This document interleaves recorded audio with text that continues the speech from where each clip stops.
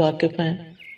قل هو اللہ احد اللہ الصمد لم یلد ولم یولد ولم یکن لہ کفوا احد. اور اس صورت کی فضیلت سے بھی واقف ہے. کوئی نئی بات نہیں ہے ہمارے لیے، ہم سب جانتے ہیں. تو اس کی اتنی بڑی فضیلت کس بنا پر ہے؟ اخلاص ہی کی بنا پر ہے نا.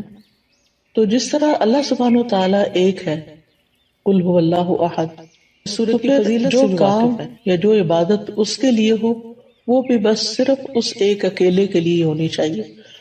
اس کے ساتھ کسی اور کو ملانا نہیں چاہیے، کسی اور کو شریک نہیں کرنا چاہیے. تو اخلاص کا لفظی مطلب ہوتا ہے کسی چیز کو آمیزش سے چھانٹ کے الگ کر دینا، یعنی کسی دوسری چیز کی ملاوٹ سے بالکل الگ کر دینا اس کو.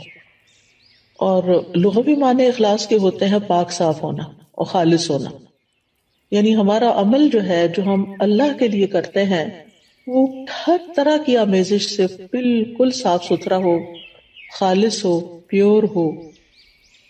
اور امام راغب اصفہانی جو ہیں، آپ لوگوں نے ان کا نام سنا ہوگا، مفردات القرآن کے نام سے قرآن مجید کی ڈکشنری ہے، اور بہت ہی بہترین ڈکشنری ہے. ہر قرآن کے طالب علم کو اس سے واقفیت ہونی چاہیے. تو امام راغب اصفہانی لکھتے ہیں کہ الاخلاص التبری عن کل ما دون اللہ تعالی.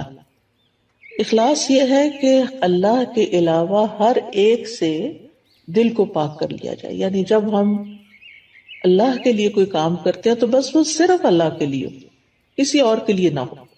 اس کے بارے میں کئی ایک اقوال ہیں، لیکن جیسے عز ابن عبد السلام کا قول ہے، وہ کہتے ہیں کہ اخلاص یہ ہے کہ انسان اطاعت کے کام کو اللہ اکیلے کے لیے خالص کرتے ہوئے انجام دے. کس طرح؟ وہ اس طرح کہ اس عمل کے ذریعے سے لوگوں سے اپنی تعظیم اور توقیر یعنی عزت کا ارادہ نہ کرے.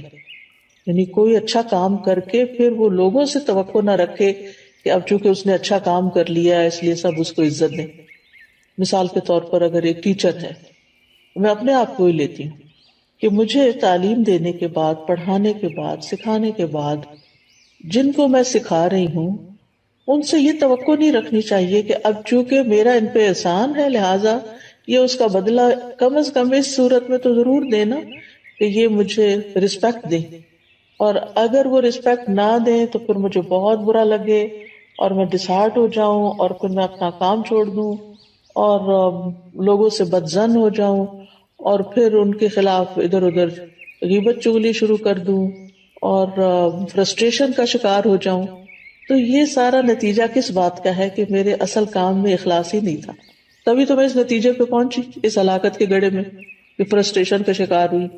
اور اس فرسٹریشن میں پڑھ کے پھر میں نے جس مقصد اور جس نیت اور جس جذبے اور جس بڑے بڑے ارادے کے ساتھ میں نکلی تھی وہ تو وہیں رہ گیا نا، وہ تو چلا گیا کہیں اور، ختم ہو گیا سب کچھ. پھر وہ کہتے ہیں کہ اور نہ کوئی دینی نفع حاصل کرنے کا مقصد ہو اور نہ کوئی دنیاوی نقصان دور کرنے کا ارادہ ہو. یعنی کچھ بھی اور نہ، ہر چیز ہٹا دی جائے سوائے اس کے کہ اللہ کی رضا سامنے ہو. اسی طرح یہ بھی کہا جاتا ہے کہ اخلاص کا صحیح مفہوم یہ ہے کہ انسان زندگی میں جو بھی عمل کرے اور جس سطح کی اور جس شکل کی بھی عبادت کرے. یعنی عبادت کی مختلف شکلیں ہیں نا، ایک تو نماز روزہ ہے ہی ہماری فارمل عبادت، اور ایک اس کے علاوہ جو ہے وہ جیسے امام ابن تیمیہ نے عبادت کی تعریف کی ہے نا کہ ہر قول اور ہر عمل جو ہے ظاہر ہو یا باطن ہو وہ اللہ کی تعظیم اور محبت کے ساتھ کیا جائے. یعنی جتنے بھی ہمارے ظاہری اعمال ہیں یا باطنی اعمال اگر وہ اللہ کے لیے کیے جا رہے ہیں تو ساری عبادت بن جاتے ہیں، اللہ کے بتائے ہوئے طریقے کے مطابق ہیں، اس کی رضا کے مطابق ہیں. تو بہرحال جتنی بھی عبادت کی شکلیں ہیں تو انسان کا دل اس عبادت اور عمل میں صرف اور صرف اس بات پہ مطمئن ہو کہ میں یہ عبادت صرف اللہ تعالیٰ کی رضا کے لیے کر رہا ہوں. اور اسی طرح انسان اپنے دل کو ہر طرح کے نفسانی، ظاہری، باطنی خواہشات سے پاک کرے اور اپنی ساری حرکات، سکنات اور ہمارے خیالات اور یہ جتنی بھی چیزیں ہیں ان سب میں صرف اللہ سبحانہ وتعالیٰ کی رضا مقصود ہو. یعنی ہم ایک ہاتھ بھی اٹھائیں، ہمارا مسکرانا بھی، ہمارا دیکھنا بھی، ہمارا چلنا پھرنا، یعنی جو ہی ہمارے ذہن میں یہ خیال آئے کہ فلاں مجھے دیکھ کے کہے گا واہ کیا اسمارٹ ہے یا کتنی ایکٹیو ہے یا کتنا، تو فوراً اس طرف سے توجہ ہٹا لی جائے. ایسا شخص لوگوں سے کتنا بے نیاز ہو جاتا ہے نا، لوگوں کی تعریف سے بے نیاز ہو جاتا ہے، لوگوں کی طرف سے پہنچنے والے فائدے کی توقع سے بے نیاز ہو جاتا ہے کہ یہ اس طرح میری قدر کرے گا اور اس طرح مجھے اپریشیٹ کرے گا. یہ ایسا انسان سارے چنگلوں سے ایک طرح سے آزاد ہو جاتا ہے، کیونکہ اس کی نظر صرف اللہ کی رضا پہ لگی ہوئی ہوتی ہے. اللہ سبحانہ وتعالیٰ نے قرآن مجید میں ہمیں حکم بھی دیا ہے سورۃ البینہ میں، وما امروا الا ليعبدوا الله مخلصين له الدين حنفاء ويقيموا الصلاة ويؤتوا الزكاة وذلك دين القیمہ، اور انہیں اس کے سوا حکم نہیں دیا گیا کہ وہ اللہ کی عبادت کریں اس حال میں کہ اس کے لیے دین کو خالص کرنے والے ایک طرف ہونے والے ہوں، اور نماز قائم کریں اور زکوٰۃ دیں، اور یہی درست دین ہے. وذلك دین القیمہ. اسی طرح اللہ سبحانہ وتعالیٰ صرف اس عمل کو قبول کرتے ہیں جو صرف اس کے لیے ہوتا ہے. نبی صلی اللہ علیہ وسلم فرماتے ہیں کہ اللہ تعالیٰ فرماتا ہے میں بہترین شریک ہوں، پس جس نے کسی کو میرے ساتھ شریک کیا تو وہ عمل اسی شریک کے لیے ہے. یعنی کسی اور کو اگر آپ اس میں شامل کر لیں گے تو وہ عمل اس کا ہو جائے گا، اللہ تعالیٰ کے لیے نہیں ہوگا. اے لوگوں اپنے اعمال کو اللہ کے لیے خالص کرو، کیونکہ اللہ عز و جل اسی عمل کو قبول کرتا ہے جو خالص اسی کے لیے کیا جائے.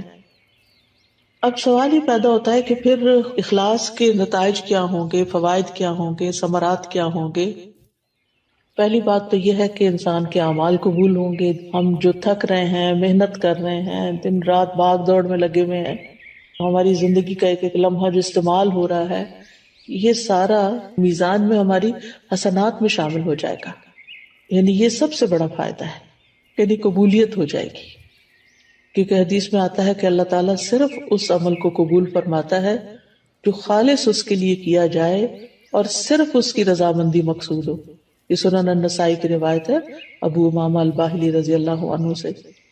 دوسرا بڑا فائدہ یہ ہوتا ہے اخلاص کا کہ انسان کو اللہ تعالیٰ کی مدد حاصل ہوتی ہے، اللہ سبحانہ تعالیٰ کی مدد حاصل ہوتی ہے، اور انسان کو ایک مضبوطی حاصل ہوتی ہے، اپنے کام میں جماؤ حاصل ہوتا ہے، ثابت قدمی آتی ہے.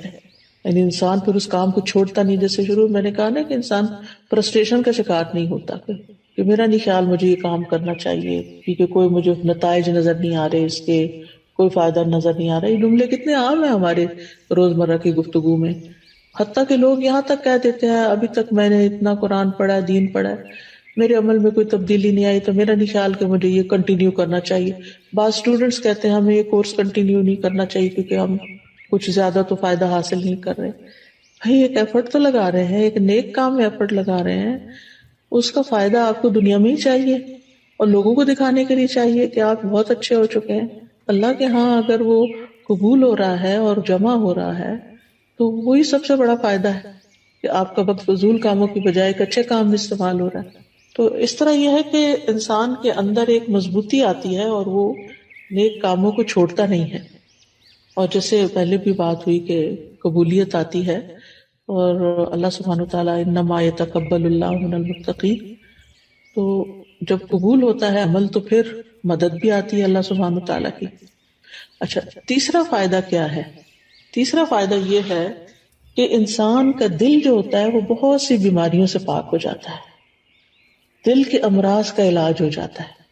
یہ بالکل ایسے ہی ہے نا جیسے اگر کسی میلے برتن میں آپ صاف پانی ڈالنا شروع کر دیں تو وہ ڈالتے ڈالتے جو اس کا میل کچیل ساری دھل دلا کے بالکل صاف پانی اس میں جا کے ٹھہر جائے گا.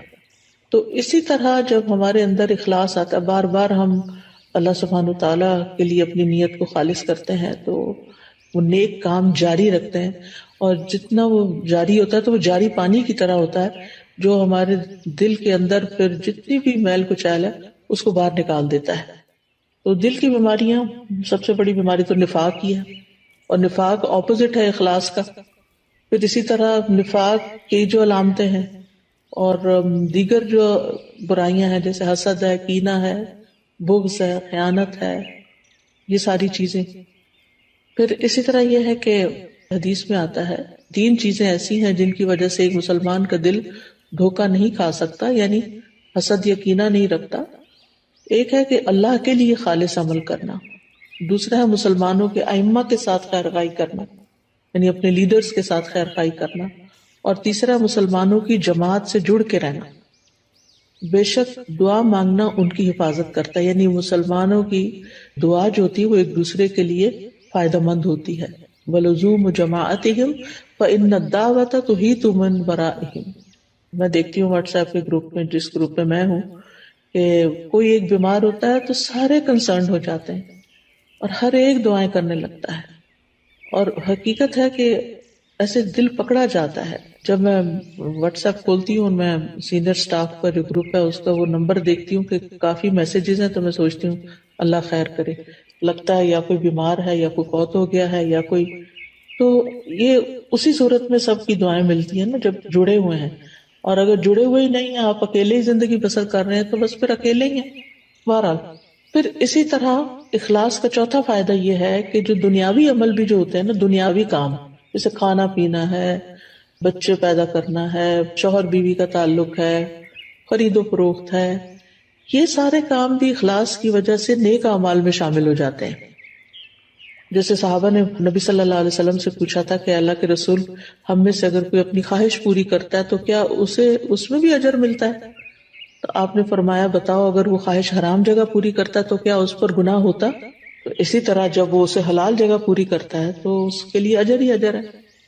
تو اس میں آپ دیکھیں کہ مثلاً آپ والدین کی خدمت کر رہے ہیں، اپنے روزمرہ کے کاموں میں آپ دیکھیں کہ کچھ کام تو آپ خالص دینی کام کر رہے ہوتے ہیں، لیکن بہت سے کام دن بھر میں دنیاوی کام بھی ہمارے روٹین میں شامل ہو جاتے ہیں، جیسے کھانا پکانا ہے، کھانا سرو کرنا ہے، برتن سمیٹنا ہے، بچوں کے پیچھے پڑ کے ان کو کھلانا ہے، بزرگ ہیں تو ان کے چڑچڑے پن کے باوجود ان کے ساتھ خیر خائی کا معاملہ کرتے ہوئے ان کی ضروریات کا خیال رکھنا ہے، یہ سارے کام بندے کو تھکا دینے والے ہوتے ہیں، اور اینڈ آف دا ڈے پھر یا آوازیں بلند ہونے لگتی ہیں انسان کی، یا پھر